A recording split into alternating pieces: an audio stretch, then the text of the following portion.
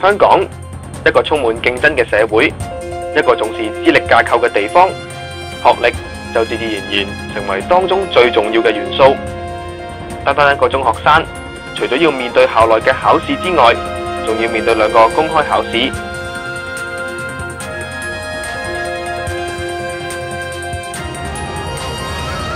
喺呢2次公開考試裏邊，學生校內嘅成績、操行、表現都唔會計算在內，所計嘅就只有呢2次公開考試嘅成績。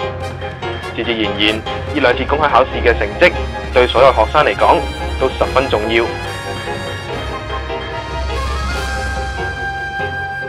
學生為咗考好成績，都會出盡法寶，而補習就係其中一種嘅方法。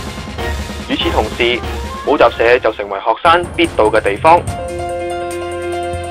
學生補習成風，政府統計處資料顯示，全港小學至中學生每年嘅補習費高達30億元。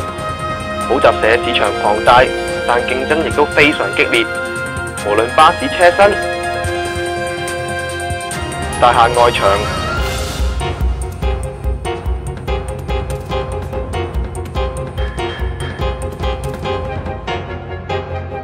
電視、雜誌等，都充斥住唔同補習社嘅廣告，喺標榜導師靚仔靚女之餘，亦都大肆宣傳補習嘅業績。咁究竟中學生點解要去補習呢？而補習又對佢哋有冇作用呢？